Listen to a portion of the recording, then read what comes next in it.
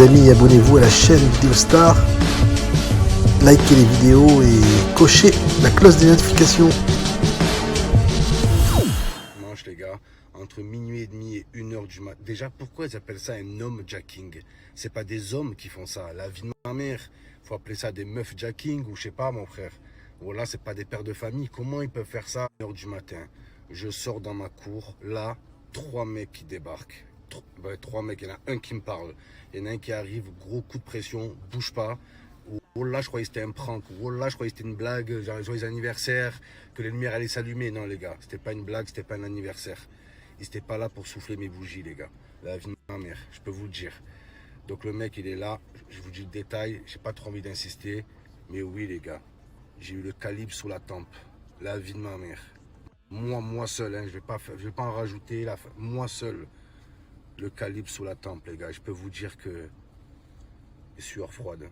Oh là, des sueurs froides. Je me retrouve dans ma cour. Il y avait déjà les 3 gars qui étaient déjà à l'intérieur. C'est encore plus effrayant, les gars. Donc je vous dis, il y a un mec qui me braque. Et là, il me dit, amène-moi au coffre. Oh là, donc j'ai dit, pardon. Il me dit, amène-moi au coffre. Oh là, je dis, parle de quoi? Coffre de ma voiture? Je dis, j'ai pas de coffre. Il me dit, joue pas au con. Amène-moi au coffre. Je lui dis, écoute, j'ai pas de coffre. Il me dit, ramène-moi dans la chambre des parents. Je lui dis, mais là, déjà, il y a ma femme et mon bébé qui dort. J'ai dit, moi, je te donne ce que tu veux. Fais pas le mec, ça sert à rien, je vais pas faire le mec et tout. Je te donne ce que tu veux. Mais laisse ma famille en dehors de tout ça. Laisse ma famille en dehors de tout ça. Le bébé, la nanani, ça sert à rien. C'est juste, ça va me faire paniquer. Tu n'auras rien et personne n'aura rien au final. Donc, il m'accompagne, les gars. Et c'est là que je vous dis que là, ma femme, elle a eu vraiment un sang-froid incroyable. J'y vais, je lui explique. Je lui dis, écoute, panique pas. Il y a des gars dans la maison, prends le petit, mettez-vous dans une pièce, je m'occupe du reste. Là, je vous dis que ma femme a eu un sang-froid incroyable, les gars. Frère, imagine, toi, tu dors, on te réveille, on te dit, il y a des mecs armés dans le couloir. Ne panique pas, et suis mes instructions. Elle les a suivies à la lettre. Elle n'a pas crié, elle a... laisse tomber. Oh là, ça me rappelle des... Je me suis promis de ne pas pleurer. Femme de prendre le bébé, je les accompagne, on va dans une autre pièce. Là, le bébé, il était totalement endormi. C'est la chance, dans le malheur, c'est la chance qu'on a eue. C'est que le bébé, il a assisté à rien. Au pire, je l'aurais dit, c'est des invités, c'est tonton. Regarde tonton, oh là, j'aurais fait quelque chose, les gars. C'est sûr, frère. Mais en aucun cas, j'aurais paniqué dans mon gosse, c'est impossible. Donc là, ils me ramènent là où ils me disent. Donc apparemment, c'est des gens qui étaient renseignés parce qu'ils savaient très bien pourquoi ils venaient et où ils savaient où aller. D'accord? Mais en fait, ils croyaient savoir où aller. Il me dit, là, dans le dressing, il y a un coffre. Et en fait, les gars, là où je suis sûr que c'est ou quelqu'un que je connais, ou une équipe qui est venue travailler à la maison, les gars. Parce qu'en fait, dans mon dressing, il y a une partie, il y a un tiroir avec une plaque en fer au-dessus. Il y a une plaque en fer sur le tiroir. Mais en fait, c'est un casier en métal. Voilà. Et la personne qui a balancé apparemment le plan, qui a dit à ces gens de venir chez moi, était persuadé que c'était un coffre. Mais c'était pas un coffre, il y a des papiers dedans, il n'y a rien. Les gars, j'ai pas de coffre. Ils m'amènent dans la chambre des parents, genre, là où il y a le dressing. Et là, il fouille comme par hasard à cet endroit-là. Là où il y a le tiroir avec la plaque de fer. Ils soulèvent et ils voient qu'il n'y a rien. Il n'y a que 2-3 papiers dedans, que c'est pas un coffre, il n'y a pas de code, il n'y a pas de clé, rien du tout. Donc ils me disent, ils sont où les bijoux? Et je lui dis, mais quels bijoux? J'ai dit, j'ai jamais porté de bijoux de ma vie, j'en ai aucun. J'ai mes bijoux de famille.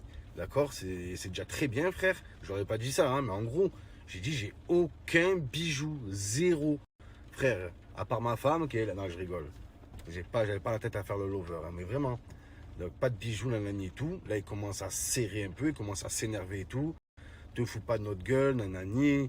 Frère, t'es blindé, que tu t'embêtes pour 2-3 bijoux. J'ai dit, mais j'ai jamais acheté de bijoux à cause de ça. Je savais qu'acheter des montres ou des bijoux, c'est une invitation à se faire braquer. Jamais je ferai cette connerie, j'en ai pas. Là, il me dit, donne-moi tout ton cash. Cash.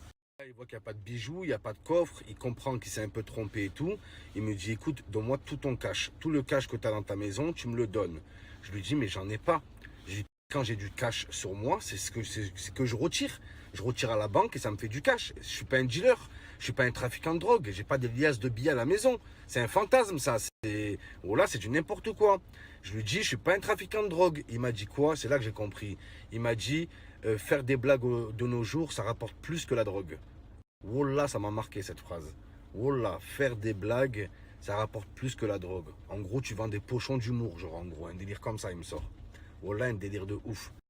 Donc là, je lui dis, j'ai pas de cash. Enfin, j'en avais un petit peu. J'avais, en gros, la vérité, les gars, j'avais quoi, 500 euros. J'avais 500 euros en liquide sur moi. Il me dit, donne-moi ta carte bleue. Je lui dis, écoute frère, je te donne ma carte bleue. Wallah, si t'arrives à retirer 100 000, wallah, tu les tires. Dans tout ça, les gars, c'est que sur les 3 mecs, il y en a un que je pense avoir reconnu, mais c'est ma conviction. Mais dans la justice, la conviction, c'est pas une preuve, mais je suis sûr de moi, les gars. C'est, je sais pas comment vous dire. Alors, un des 3 gars, il était petit, petite taille, robuste, le petit robuste, les gars, la vie de ma mère. Le petit robuste, et comme par hasard sur les 3, c'est le seul qui n'a pas dit un seul mot, les gars.